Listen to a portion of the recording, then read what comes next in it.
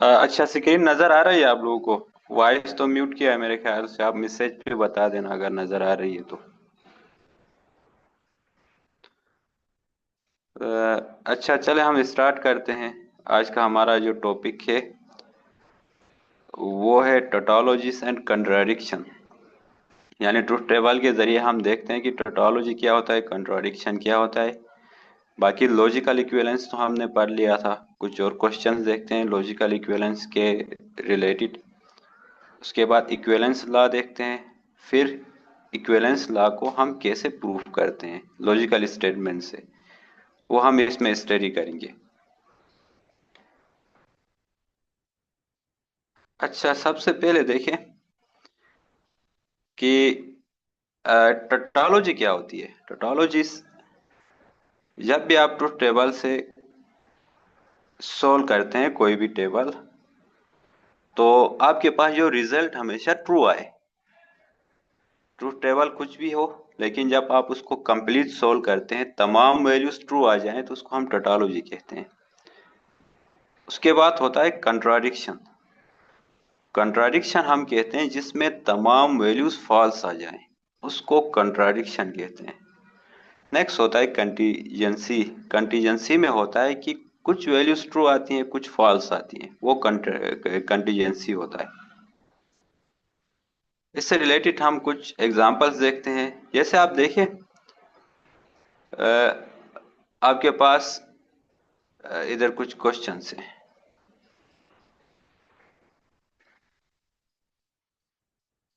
अगर आपके पास एक स्टेटमेंट है पी, अगर एक ही लॉजिकल स्टेटमेंट है तो वो या तो फॉल्स होगा या तो ट्रू होगा। उसमें दो बॉक्स होते हैं, सही है। अब आपने फाइंड करना है पी और नेगेशन ऑफ पी, और P and negation of P find करना है। पी तो आपके पास गिवन है, ये आपको पता होना चाहिए। अगर एक ही स्टेटमेंट है वो होगा। नेगेशन ऑफ पी क्या होता है? फॉल्स है तो ट्रू होगा, ट्रू है तो फॉल्स होगा।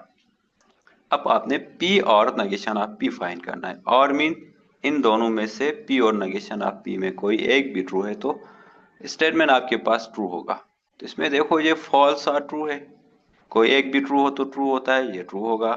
ट्रू और फॉल्स है तो ये भी ट्रू होगा। नेक्स्ट टेबल में हम देखते हैं इसका रिजल्ट आपके पास आ गया है। तो यहाँ देखो, पी और नेगेशन ऑफ पी जो है वो हमेशा टोटोलॉजी होता है। कोई भी स्टेटमेंट है और उसका नेगेशन है, उनके दरमियान हम और लगाते हैं तो वो टोटोलॉजी होगा। और इसी तरह जब हम एंड लगाते हैं तो क्या रिजल्ट आता है? P and negation of P. And का मतलब होता है दोनों ट्रू हुए तो ट्रू होगा, अदरवाइज फॉल्स होगा। इसमें स्टेटमेंट पी देखें, पी एफ फॉल्स है, नेगेशन ऑफ पी ट्रू है, तो P and negation of P जो है वो फॉल्स होगा। पी ट्रू है, नेगेशन ऑफ पी फॉल्स है, ट्रू एंड फॉल्स जो है वो फॉल्स होगा। तो पी, यानी इसमें दोनों बॉक्स फॉल्स है, तो P and negation of P जो है वो फॉल्स आ रहा है, तो ये कंट्राडिक्शन होगा। सही है। पी और नेगेशन ऑफ पी हमेशा ट्रू आता है, इसमें देखो दोनों वैल्यूज ट्रू हैं तो ये टोटोलॉजी होगा। P and negation of P जो है वो, इसमें एक वैल्यू फॉल्स है, सॉरी दोनों वैल्यूज फॉल्स हैं तो ये कंट्राडिक्शन होगा। अगर आपने कोई क्वेश्चन वगैरह पूछना है तो आप चैट पे लिख देना, मैसेज पे क्वेश्चन लिख देना, फिर मैं वहां से आपको आंसर कर देता हूँ।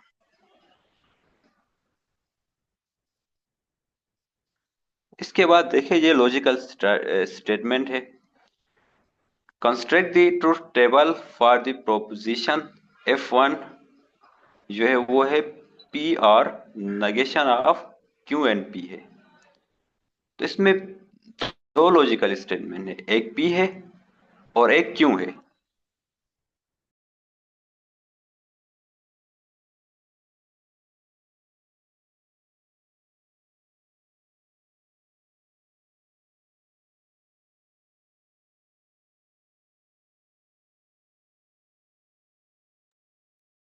अच्छा, तो इसमें देखिए एक स्टेटमेंट P है एक Q है।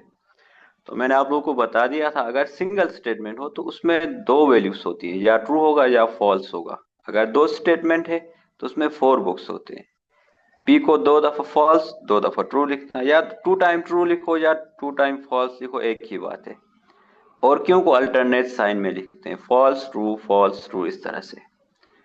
अब आपको देखो फाइंड क्या करना है, ये स्टेटमेंट F1 फाइंड करना है। F1 जो है वो P और negation of P and Q है।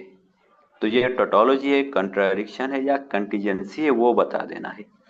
तो वो बताने के लिए आपको देखो P और Q तो गिवन है, अब फाइंड जो करना है वो P एंड Q फाइंड करना है, एक ये फाइंड करना है। उसके बाद negation of P and Q find करना है, यानी जो P एंड Q फाइंड किया था उसका नेगेशन फाइंड करना है।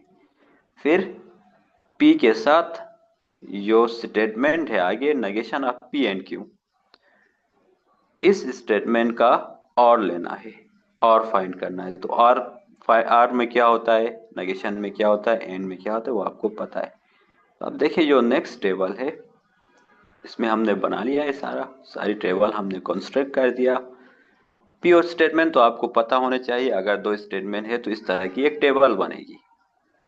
सही, आप देखिए यहाँ पे P 2 टाइम फॉल्स किया है, 2 टाइम ट्रू कर दिया है। इसको आप 2 टाइम ट्रू कर दो फिर 2 टाइम फॉल्स कर दो, या पहले फॉल्स लिखो फिर ट्रू लिखो, एक ही बात है। इतना ज्यादा इससे इश्यू नहीं है, तो इसलिए इस पे परेशान नहीं होना। अब आगे देखिए हमें क्या चाहिए। हमें टेबल के मुताबिक स्टेटमेंट जो प्रोपोजिशन F1 है उसके मुताबिक हमें फाइंड करना है। P और Q तो हमें पता है, P एंड Q फाइंड करना है पहले। तो P एंड Q की ये टेबल बन गई आपके पास। फिर इसका नेगेशन फाइंड करना है, negation of P and Q। तो negation of P and Q की ये टेबल बन गई। और फिर लास्ट में इस पूरे के लिए एक टेबल कंस्ट्रक्ट करना है। इस पूरे के लिए ये टेबल आपके पास बन गई।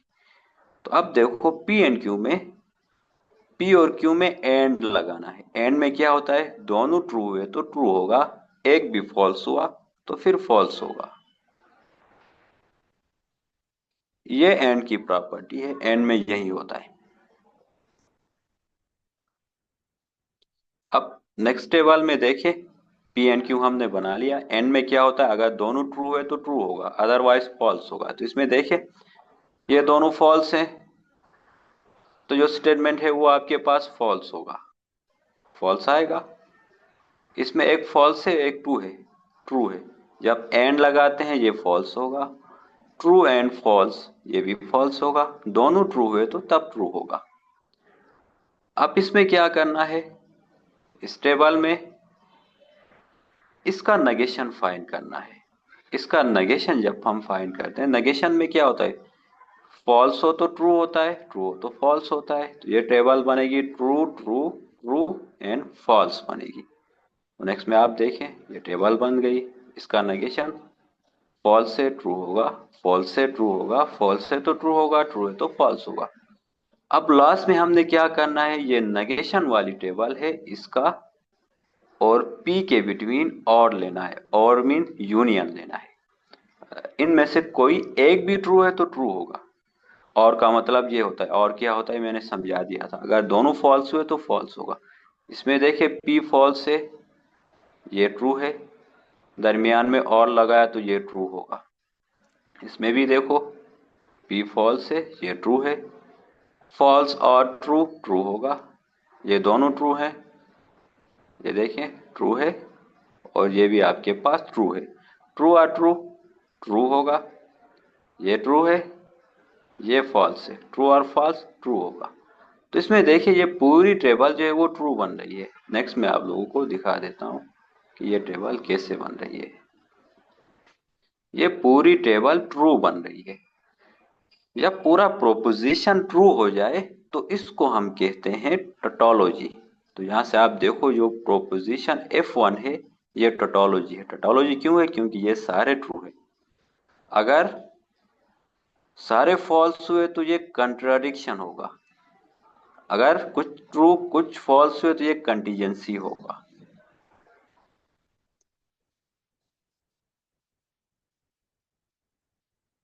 सही है। उसके बाद देखिए हम लॉजिकल इक्विवेलेंस देखते हैं। लॉजिकल इक्विवेलेंस लास्ट क्लास में थोड़ा हमने देखा था। दो स्टेटमेंट लॉजिकल इक्विवेलेंस कब होते हैं? लॉजिकल इक्विवेलेंस उस वक्त होते हैं जब दोनों की सेम ट्रूथ वैल्यू हो, दोनों की वैल्यू सेम आ जाए, ट्रूथ वैल्यू सेम आ जाए तो वो लॉजिकल इक्विवेलेंस होते हैं। लेकिन एक और कंडीशन भी है लॉजिकल इक्विवेलेंस चेक करने के लिए, यानी कोई भी दो प्रोपोजिशन है उनके दरमियान इफ एंड ओनली इफ लगाना है, डबल इम्प्लीकेशन लगाना है। अगर डबल इम्प्लीकेशन लगाने से टोटोलॉजी आए तो फिर वो आपके पास लॉजिकल इक्विवेलेंस होते हैं। तो टोटोलॉजी डबल इम्प्लीकेशन में ट्रू कब होता था? ट्रू उस वक्त होता था जब दोनों की ट्रूथ वैल्यू सेम हो। डबल इम्प्लीकेशन में यही होता था ना, जब दोनों की सेम ट्रूथ वैल्यू हो। तो लॉजिकल इक्विवेलेंस में भी यही होता है कि आपके पास कोई भी दो प्रोपोजिशन है, उन दोनों के बिटवीन डबल इम्प्लीकेशन लगाना है। अगर डबल इम्प्लीकेशन ऑलवेज ट्रू आ जाए, टोटोलॉजी आए, तो वो लॉजिकल इक्विवेलेंस होगा। सही है। जैसे इन्होंने दिया है two proposition p and q are logical equivalence if p if and only if, ये डबल इम्प्लीकेशन है, इज टोटोलॉजी, ये टोटोलॉजी आ जाए तो ये लॉजिकल इक्विवेलेंस होता है। तो अब इफ एंड ओनली इफ में क्या होता है, ये डबल एरो में if and only if true उस वक्त होता है जब P और Q में सेम ट्रूथ वैल्यू हो, मीन्स ये दोनों ट्रू हो तो ट्रू होता है, या ये दोनों फॉल्स हुए, P और Q दोनों फॉल्स हुए तब ट्रू होता है। तो ये लॉजिकल इक्विवेलेंस उस वक्त होगा जब दोनों की दोनों में डबल इम्प्लीकेशन लगते हैं तो पूरी वैल्यू ट्रू आ जाए, यानी टोटोलॉजी आ जाए, तो उस वक्त लॉजिकल इक्विवेलेंस होगा। एग्जाम्पल से देखते हैं। जैसे ये वाला तो हमने लास्ट क्लास में कर भी दिया था, P इम्प्लाइज Q एंड, और उसके साथ थे Q और negation of P logical equivalence है। ये हमें चेक करना था, ये टेबल मैंने पूरा कंस्ट्रक्ट करके बता दिया था। सही है। तो जब हमने ये टेबल कंस्ट्रक्ट किया तो P इम्प्लाइज Q में क्या आता था, लास्ट क्लास को आप एक दफा रिवाइज कर देना। P इम्प्लाइज Q की ट्रूथ वैल्यू यही होती है, ये देखो ट्रू ट्रू फॉल्स ट्रू होता है। फिर हमें नेगेशन ऑफ P की नीड होती है, क्योंकि यहाँ पे देखो हमें सिर्फ P और Q गिवन है, यहाँ पे P और Q हमें पता है ना, बाकी जो चीजें हैं P नेगेशन ऑफ P तो गिवन नहीं है, वो फाइंड करना होगा। P इम्प्लाइज Q फाइंड करना होगा, Q और नेगेशन ऑफ P फाइंड करना होगा। तो जब हम इनको फाइंड करते हैं, ये आपके पास नेगेशन ऑफ P आ गया। लास्ट क्लास में ये मैंने करवा दिया था, आप लोग देख लेना।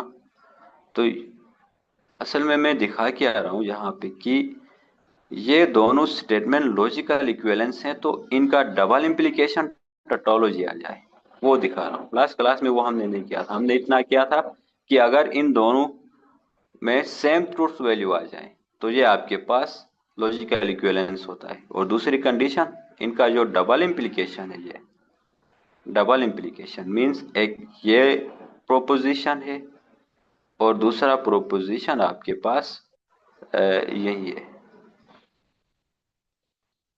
ये वाला प्रोपोजिशन। अगर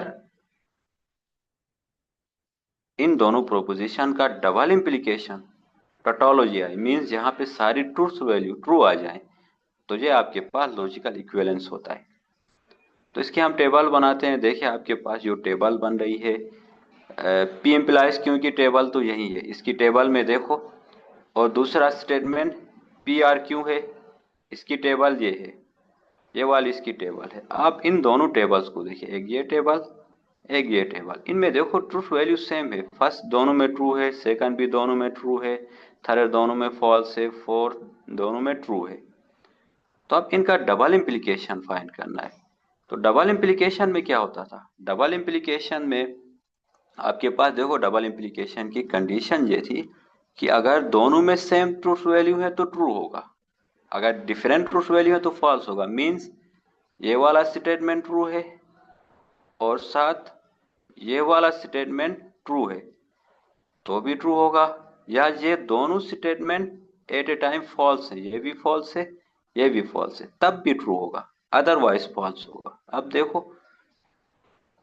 पी इम्प्लाइज क्यों, पी इम्प्लाइज क्यों की टेबल में देखना, पी इम्प्लाइज क्यों की टेबल में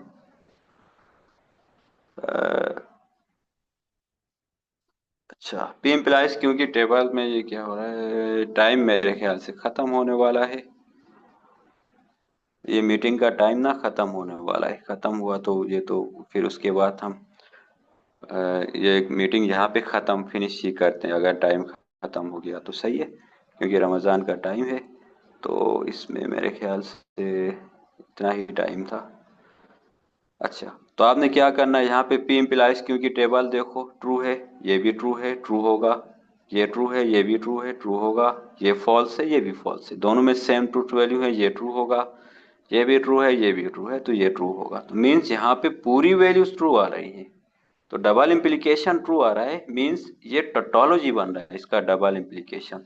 तो ये दोनों स्टेटमेंट आपस में लॉजिकल इक्विवेलेंस है। ये हमने लास्ट क्लास में कर दिया था, ये वाला क्वेश्चन सेम। हमने सिर्फ इस टेबल तक किया था, मैंने डबल इम्प्लीकेशन से नहीं करवाया था। जब आप डबल इम्प्लीकेशन से चेक करें वो भी सही है कि ये टोटोलॉजी आना चाहिए। सही है। उसके बाद देखिए, चले मैं कुछ और क्वेश्चंस देखता हूँ।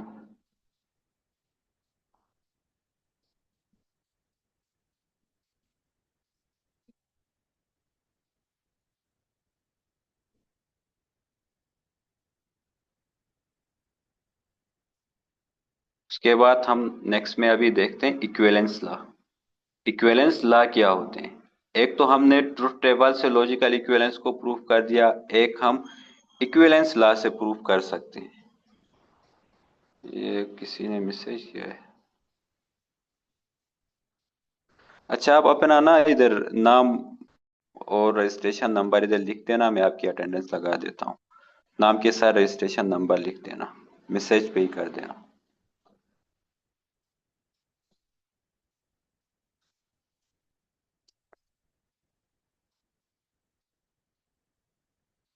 अच्छा, इक्विवेलेंस लॉ में क्या होता है, एक तो हम इक्विवेलेंस लॉ के थ्रू प्रूफ करते हैं, एक जो है वो हम प्रूफ करते हैं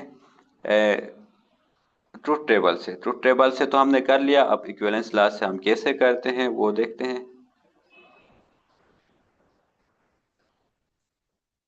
अच्छा, आप लोग ना अपना जो नंबर रूल नंबर है या रजिस्ट्रेशन नंबर है वो इधर लिख देना और नाम के साथ। मैं आपकी अटेंडेंस लगा देता हूँ। ये मीटिंग मेरे ख्याल से ख़त्म होने वाली है, टाइम हो गया ये 40 मिनट कुछ देते हैं, 40 मिनट कंप्लीट हो गया है। तो अच्छा, इक्विवेलेंस लॉ आपके पास कौन से हैं, इनको मैं थोड़ा सा देखता हूँ। अच्छा, इक्विवेलेंस लॉ से पहले ये आपके पास है डिमोर्गन्स लॉ। डिमोर्गन्स लॉ आपके पास ये है, यानी negation of P and Q is logical equivalence of negation of P R negation of Q होगा, negation of P R Q logical equivalence होगा, negation of P and negation of Q के equal होगा। ये आपस में logical equivalence है। तो De Morgan first law मैंने करवा दिया था, ये आप देखिए क्लास में मैंने ये करवा दिया था। ये सेकंड लॉ आप लोग खुद ट्राई करें कि ये लॉजिकल इक्विवेलेंस है कि नहीं है, ये आपने ट्राई करना है। अच्छा, बाकी मैं देखता हूँ आप लोग की अटेंडेंस वगैरह। अर्चन लव कुमार असलाम।